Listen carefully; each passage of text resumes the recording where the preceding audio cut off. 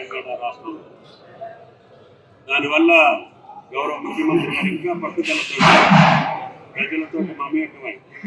ప్రజాప్రతినిధుల యొక్క సహకారం ఆయన ఇచ్చినటువంటి అభివృద్ధి సంక్షేమ కార్యక్రమాల్ని శంకుస్థాపన ప్రారంభోత్సవాలు చేసుకుంటూనే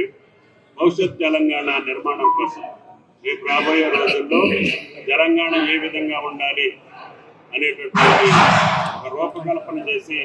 ఈనాడు అన్ని రంగాల్ని సమృద్ధిగా సమగ్రంగా తీసుకుపోతున్నటువంటి ప్రభుత్వానికి ప్రజల ఆశీర్వాదం కోసం ఈ జిల్లాకు వస్తున్నారు. కరీంనగర్ జిల్లా వాసులందరూ కూడా పెద్ద ఎత్తున ముఖ్యమంత్రి గారికి స్వాగతం పరిచి ఆశీర్వదించి ఆయన ఇచ్చినటువంటి కార్యక్రమాలు అనుభవిస్తున్నటువంటి ఆస్వాదిస్తున్నటువంటి రాష్ట్ర ప్రజానికి పనికిమాలి విమర్శలు చేస్తున్నటువంటి ప్రతిపక్షాలకు సరైనటువంటి సమాధానం చెప్పేటటువంటి విధంగా